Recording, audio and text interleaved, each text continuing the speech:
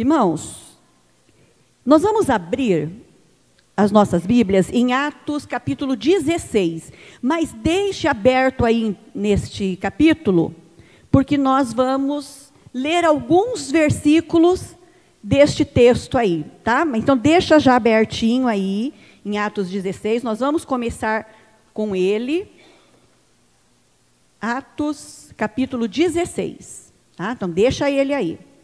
Enquanto você está abrindo a sua Bíblia, eu quero fazer algumas perguntas. A primeira pergunta é, vocês não precisam me responder não, mas pensa aí, tá? Você realmente, assim, de verdade, com o mais profundo do teu ser, você acredita que Deus existe?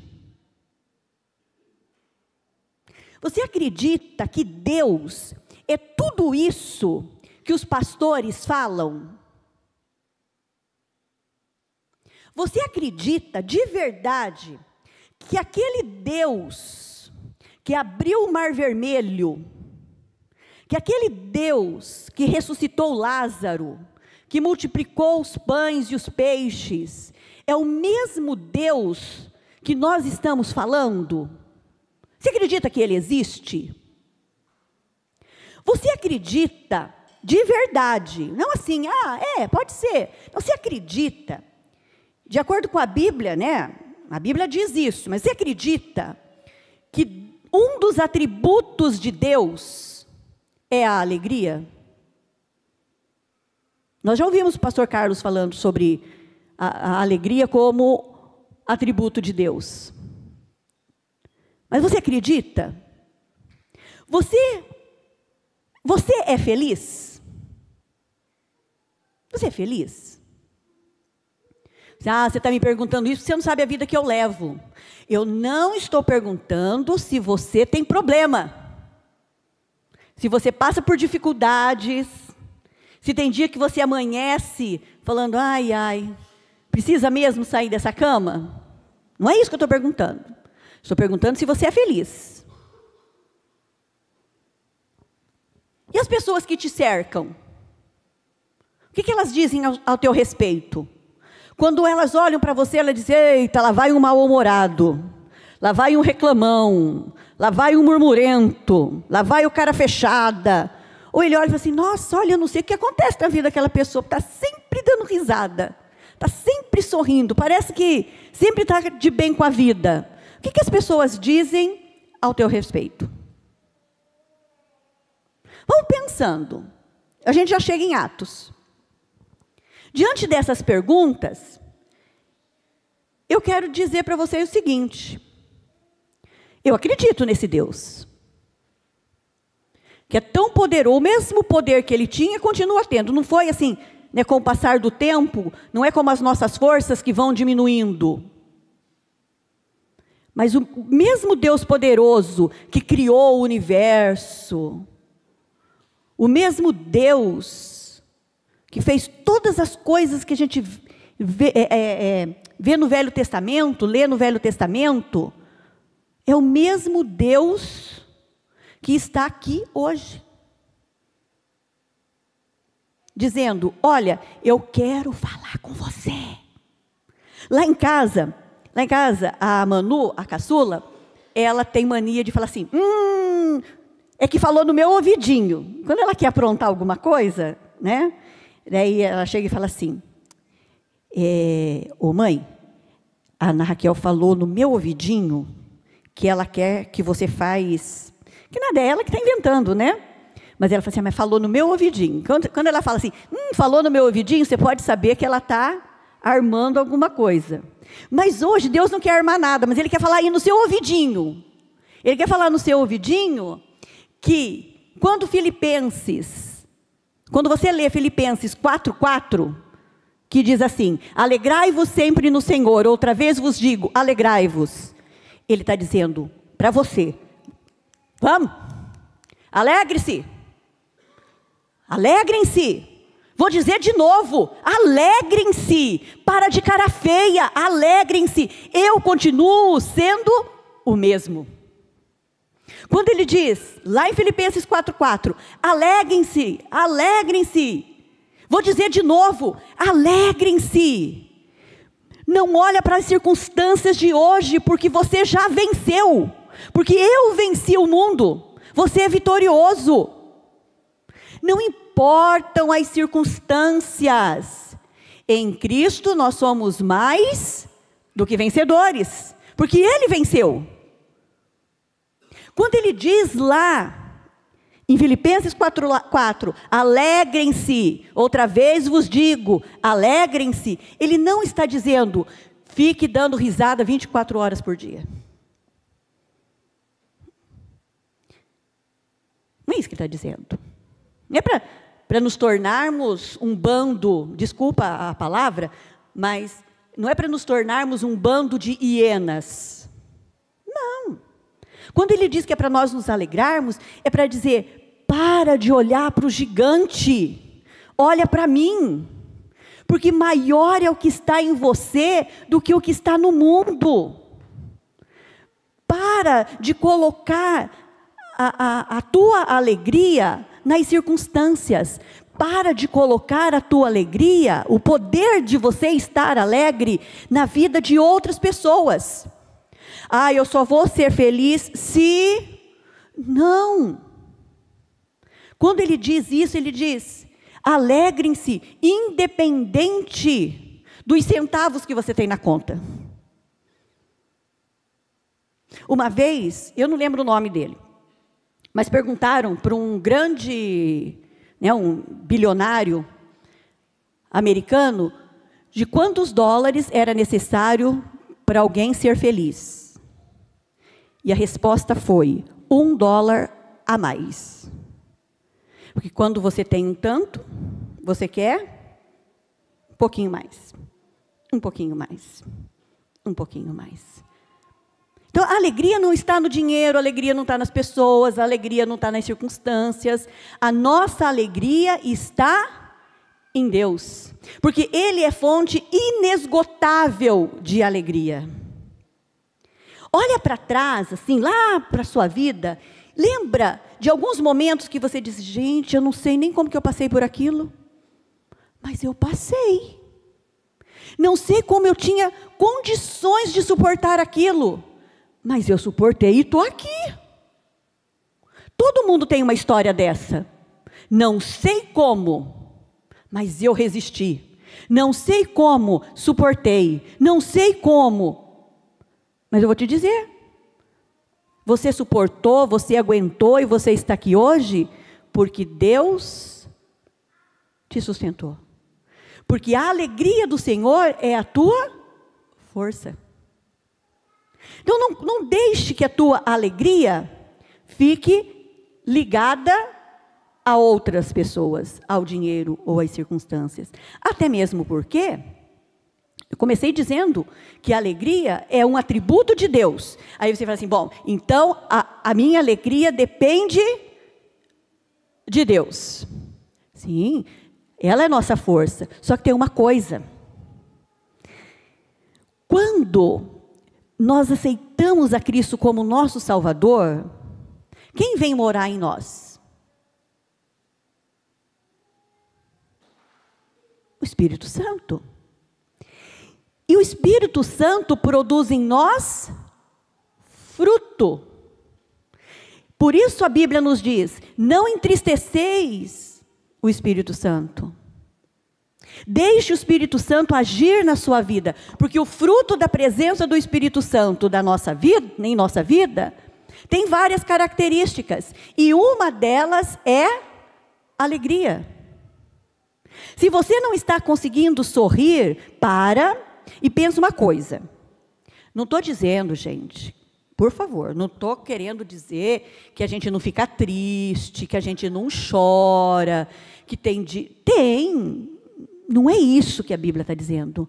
Mas sabe aquela coisa de você olhar e falar assim, vai dar. Porque a minha alegria, a minha esperança, a minha paz, tudo não está condicionado a isto.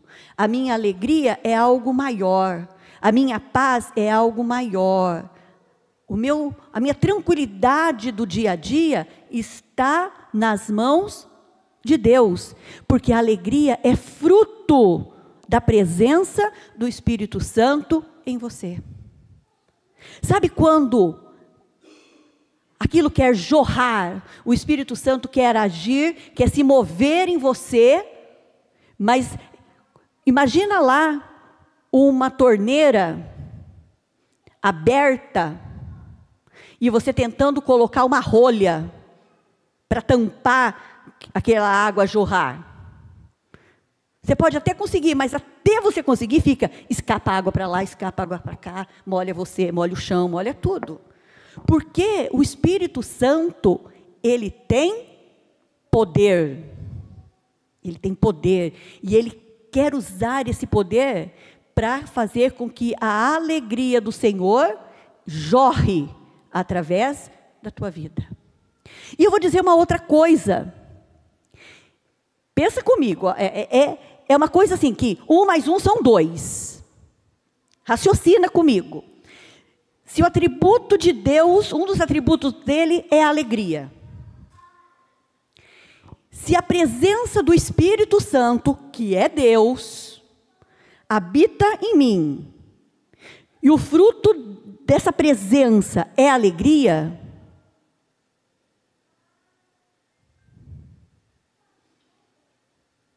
por que eu não estou alegre?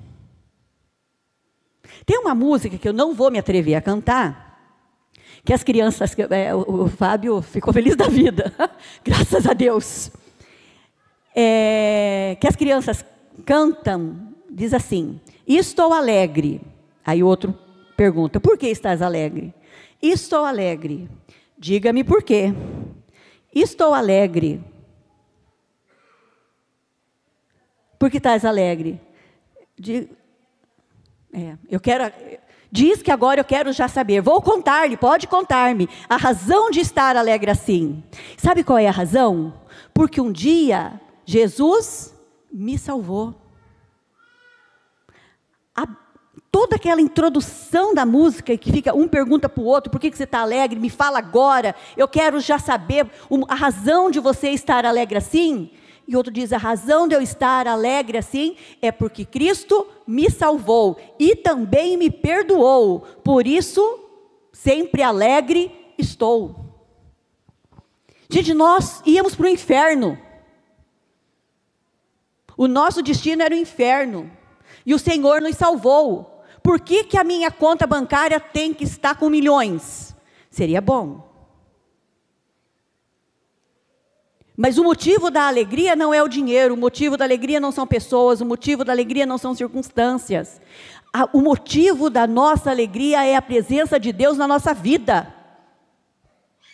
Ele é a razão da nossa alegria. E se você não está alegre, pare e pense. Se de fato você tem permitido que o Espírito Santo haja na tua vida. Se de verdade Deus está nesse negócio de viver na tua vida.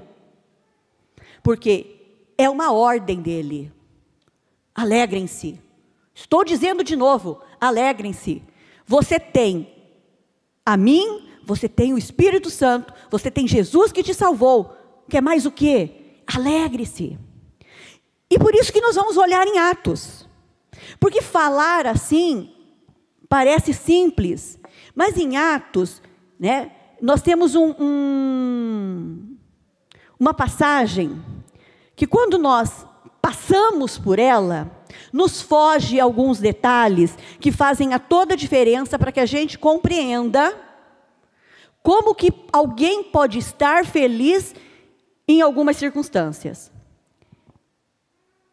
Em Atos 16, vamos ler agora, só o 25, versículo 25.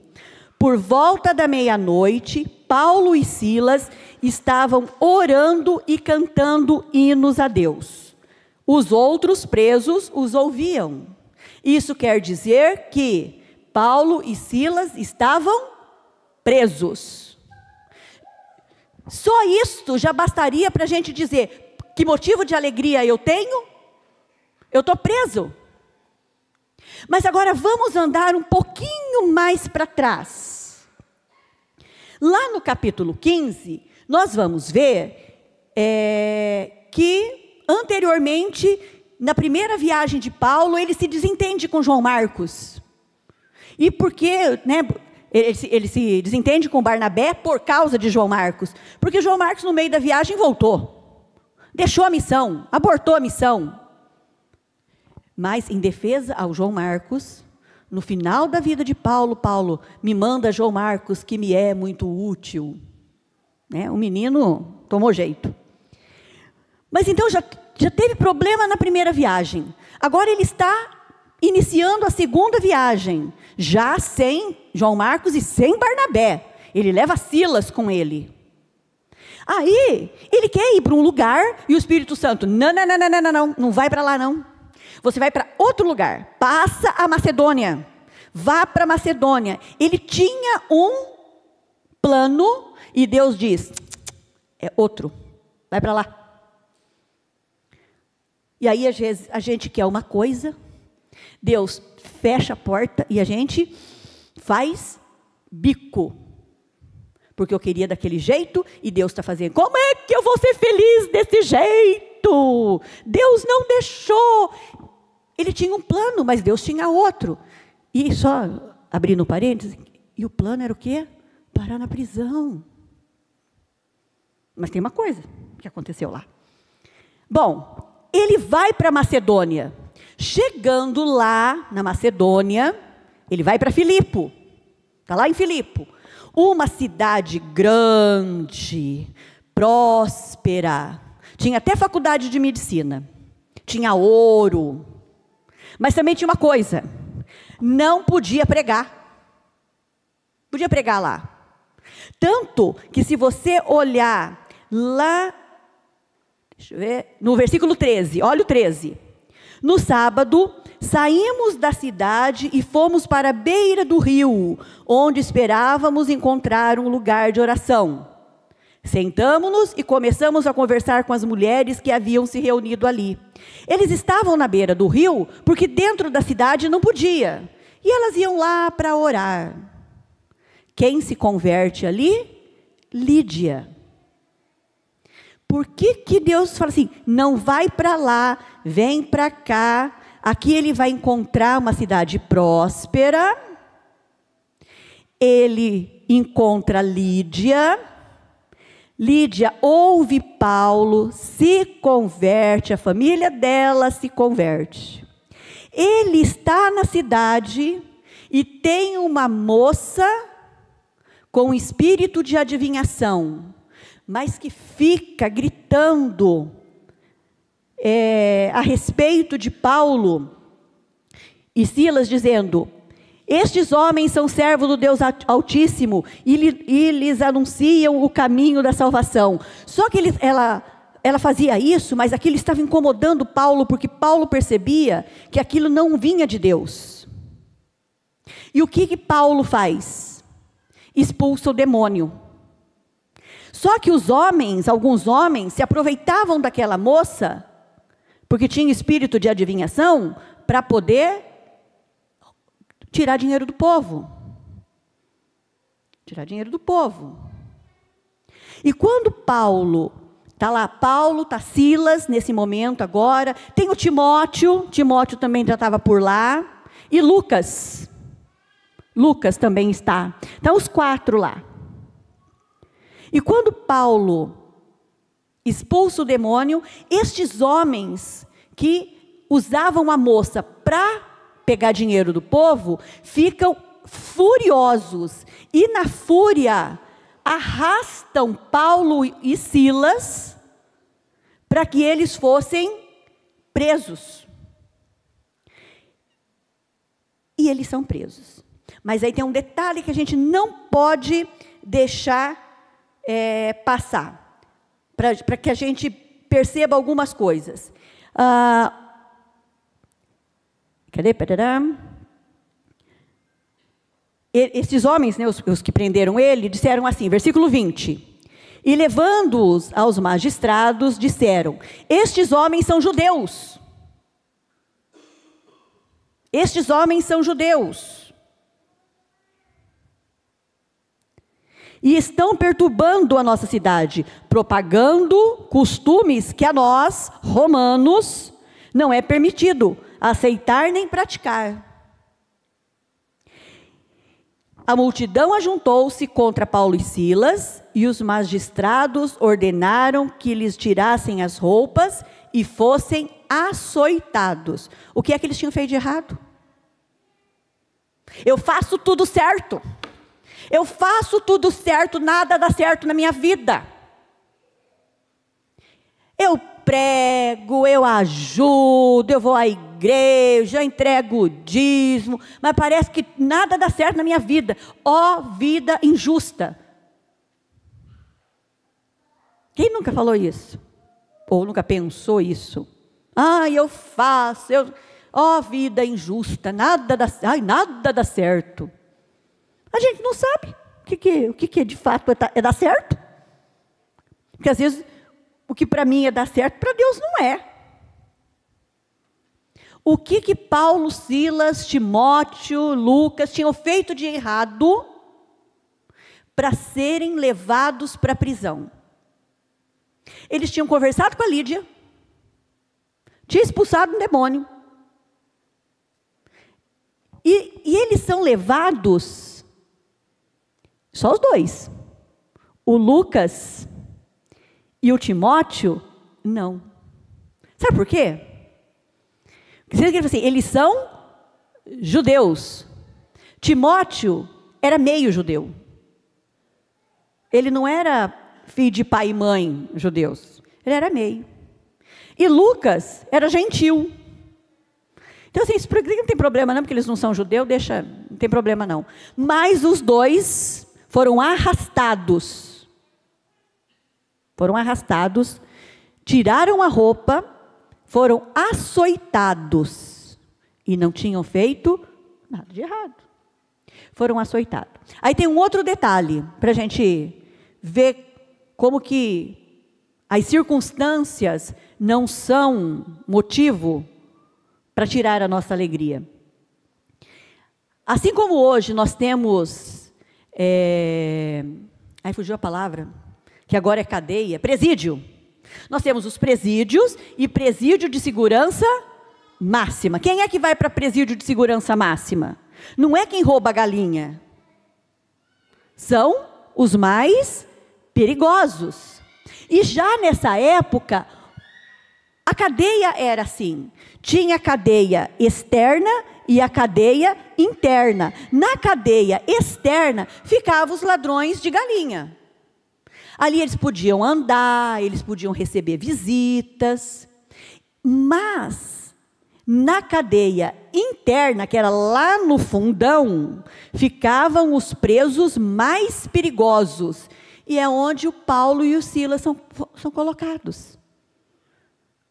Porque lá neste lugar onde tem a cadeia interna para os mais perigosos, além deles estarem presos, eles são presos em pedaço de madeira. Olha o que... Cadê?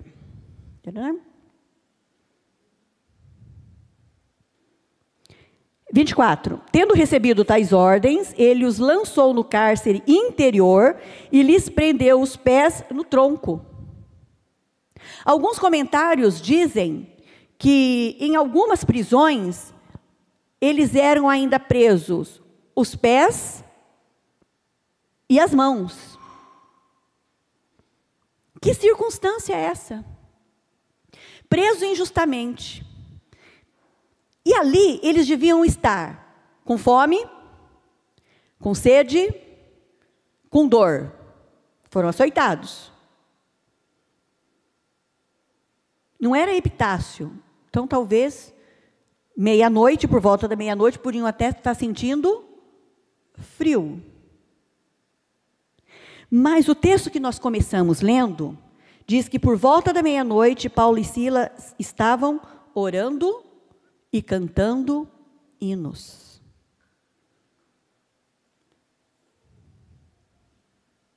Você cantaria? Eu cantaria? Eu adoraria? Ou ia ficar, então, estava lá, né? Cumprindo a missão. Estava lá. Fui lá, evangelizei a Lídia. Expulsei o demônio. E olha onde o Senhor que me colocou. Oh, vida! Mas eles estavam orando. E eles não deviam estar orando baixinho, cantando baixinho, porque os outros presos ouviam. E isto fez com que eles ficassem prestando atenção, querendo ou não querendo, né? Estavam presos, tiveram que ouvir. E meia-noite, enquanto eles estão lá orando e cantando, acontece um terremoto. Era comum um terremoto? Era.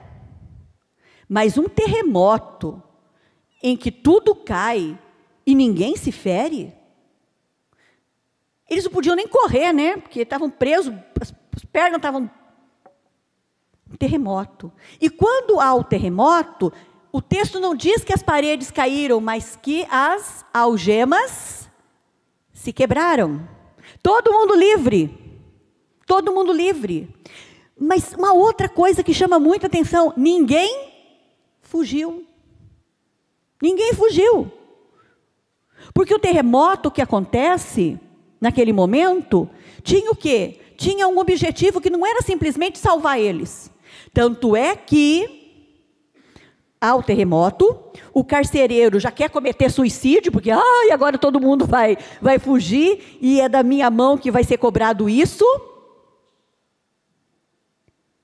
E Paulo disse, não, pode ficar tranquilo, está todo mundo aqui.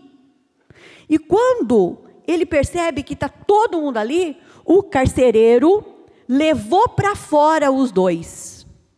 Levou para fora os dois. E perguntou, senhores, que devo fazer para ser salvo? Sabe o que é isso? Quando eu oro, quando eu demonstro alegria, apesar das circunstâncias, a minha vida é testemunho do poder de Deus na vida do outro. Porque a pessoa olha para você e diz assim, como pode? Como pode a pessoa estar de pé em meio a essa circunstância? Tem alguma coisa diferente nela. E o carcereiro assim, o que eu preciso? Eu quero ter esse mesmo Deus aí que vocês. Por quê? Um Deus que a pessoa está presa e adora Ele. Vocês podiam estar falando, Deus me salva, me tira daqui, me tira daqui. Porque se eles estivessem orando, Deus me tira daqui, a hora que a algema quebrasse, qual seria a primeira coisa que eles fariam? Iam sair correndo. Foi Deus que me libertou. Fui. Mas eles ficam.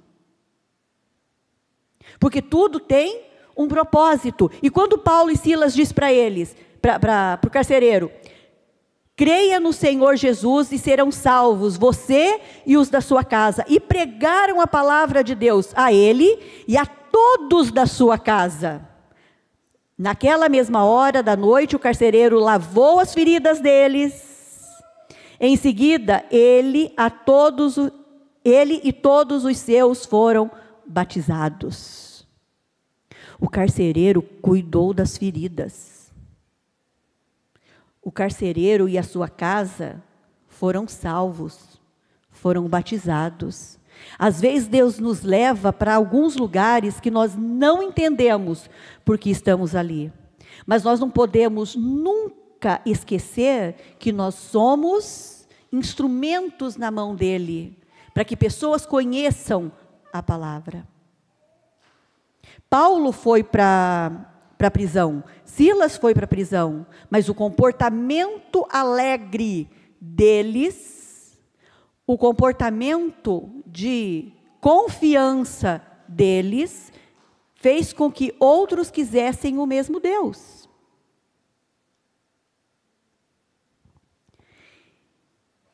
Eles voltam para a prisão. Então os levou para sua casa, serviu-lhes uma refeição, e com todos da sua casa alegrou-se muito por haver crido em Deus. Quando amanheceu, Sabe quando amanheceu? Aí o povo, os magistrados, foram lá soltar eles. Vai embora, vai embora. Quando eles saem da prisão, sabe para onde eles vão? Para a casa da Lídia. Dizer para Lídia, Lídia.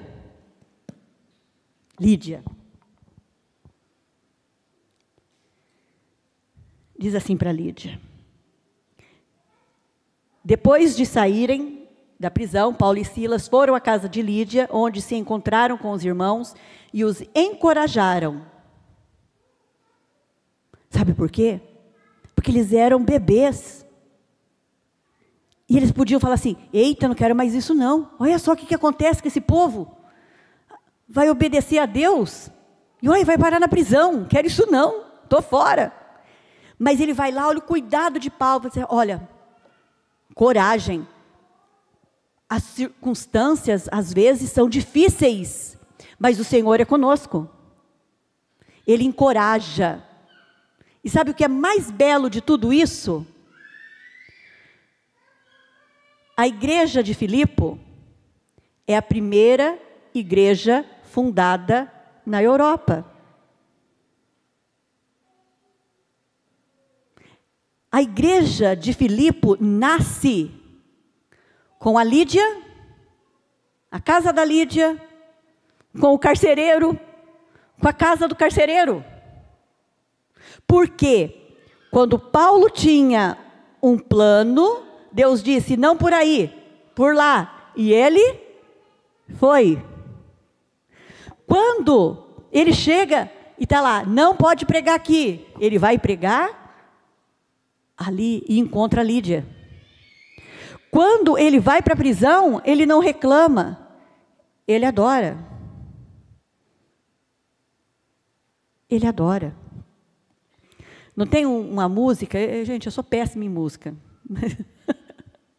Mas tem uma música mais, que fala assim, vou passando pela prova, dando glória a Deus.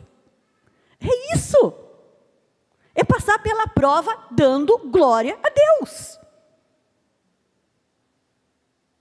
Porque nosso Deus é um Deus alegre. E Ele não é egoísta. Ele fala assim, eu sou alegre e a alegria fica só comigo. Não, Ele é Deus alegre e quando Ele permite que o Espírito Santo habite em você, Ele está dizendo para você, olha, está indo, né, no combo, está indo também a minha alegria. Por isso, alegrem-se. Outra vez vos digo, alegrem-se. A alegria do Senhor é a nossa força, a gente vê lá em Neemias. Nós, em Filipenses, vamos lá, dar uma olhadinha em Filipenses. Em Filipenses, no capítulo 4, quando ele está dizendo, né, Paulo diz, alegrem-se, outra vez vos digo, alegrem-se, na sua carta. Nos versículos 11 e 12, diz assim, porque ali no 4, né, no 4 que ele vem dizendo, ó, alegrem-se, não andeis ansiosos, pensem naquilo que é do alto, né, tudo que é puro, tudo que é justo, tudo que é bom. Quando ele está dando estas instruções, dizendo, né, animando, fortalecendo, dizendo para ser feliz, ele diz assim, alegro-me grandemente no Senhor, porque finalmente vocês renovaram o seu interesse por mim. De fato, vocês já se interessavam, mas não tinham a oportunidade para demonstrá-lo. Por quê? Sabe por que ele está dizendo isso? Porque 5 anos já se passaram, desde esse ocorrido aí. E a igreja estava lá, e Paulo apanha aqui, apanha lá, sofre naufrágio ali, é picado, e vai levando as pauladas da vida. E a igreja de Filipe manda uma oferta para ele. E ele dizendo assim para eles, você não estava se importando comigo, agora voltaram a se importar comigo, mas não estou dizendo isso porque esteja necessitado. Gente, cara, não tinha nem onde dormir direito. Dormia um dia aqui, um dia lá, Passava necessidade um dia, outro dia também.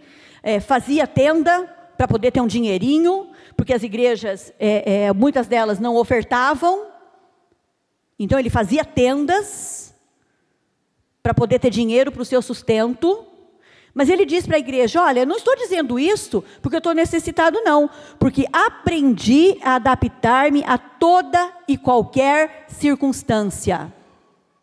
Sei o que é passar necessidade e sei o que é ter fartura. Aprendi o segredo de viver contente em toda e qualquer situação, seja alimentado, seja com fome, tendo muito ou passando a necessidade. Tudo posso naquele que me fortalece. Aprendi o segredo. O segredo é saber que Deus é a fonte inesgotável da nossa alegria. Tem dias difíceis.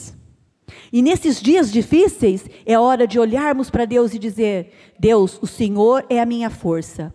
É a tua alegria que é a minha alegria. É o Senhor a fonte da minha alegria.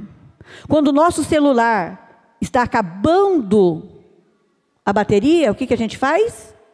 Coloca para carregar.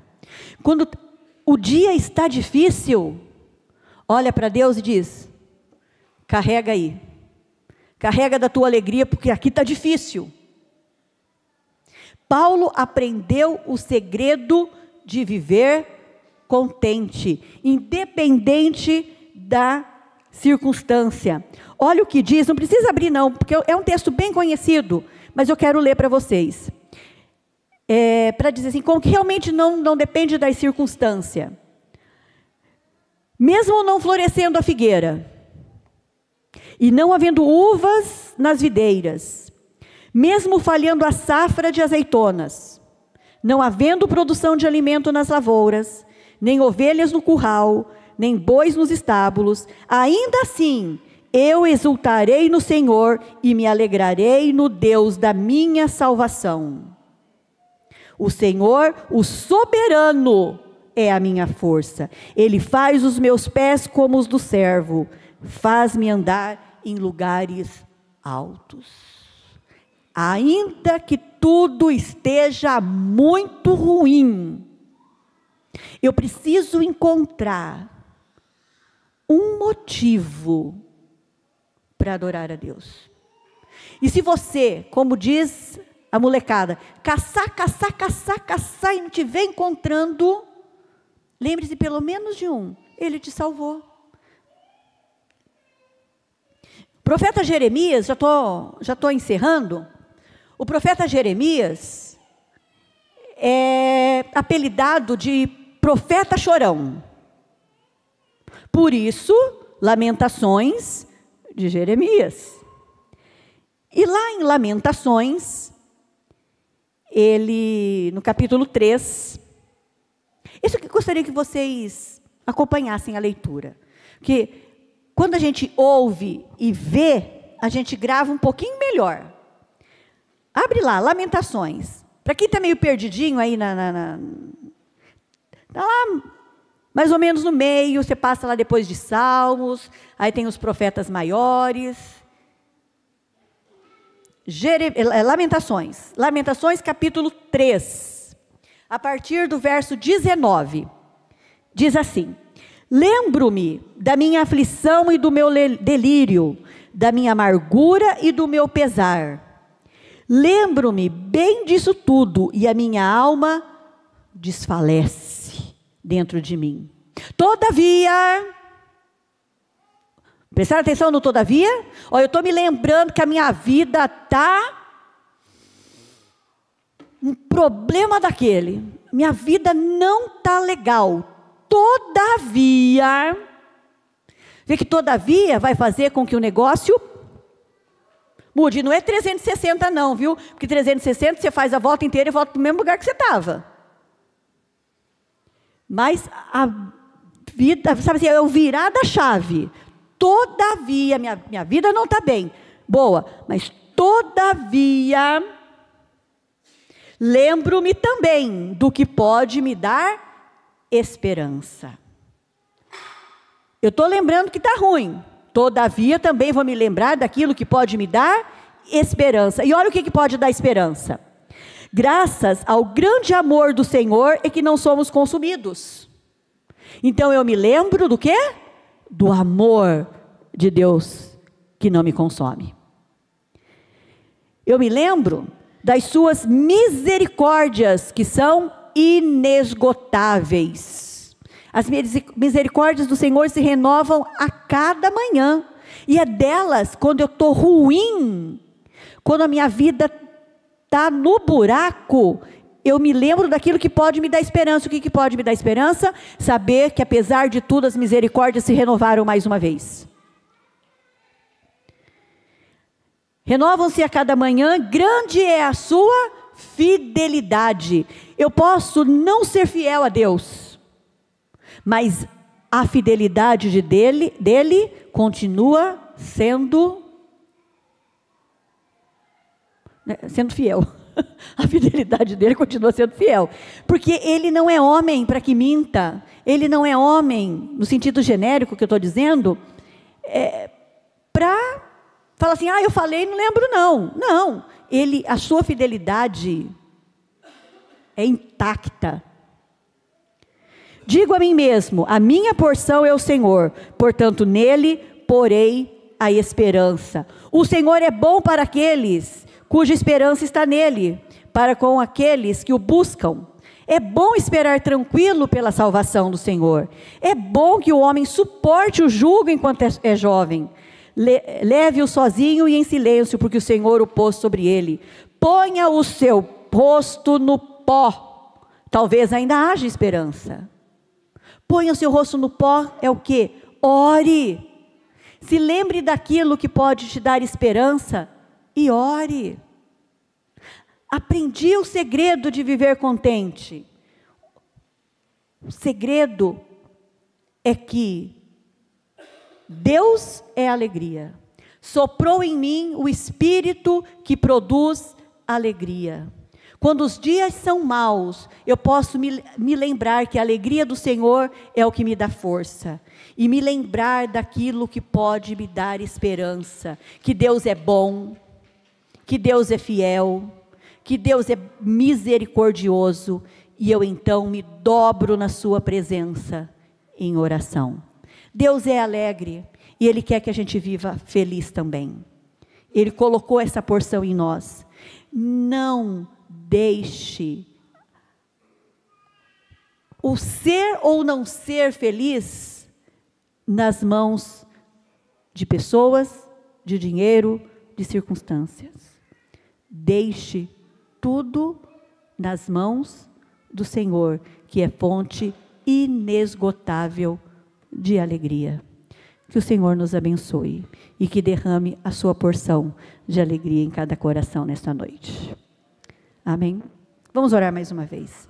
Pai amado, nós estamos aqui, certos de que o Senhor, que é fonte inesgotável de alegria, derramará em cada coração, mais uma vez, uma porção da tua alegria, para que possamos viver contentes, certos de que em Ti nós somos mais do que vencedores, não importa as circunstâncias, e que esta alegria possa fazer a diferença, aqueles que nos cercam, possa fazer diferença no lugar onde nós trabalhamos, na nossa família, na nossa cidade, que nós possamos ser usados pelo Senhor como instrumentos vivos para a proclamação do Teu Evangelho e para a edificação de vidas. Fica conosco nesta noite, nos dê uma excelente semana na Tua presença, em nome de Jesus, amém.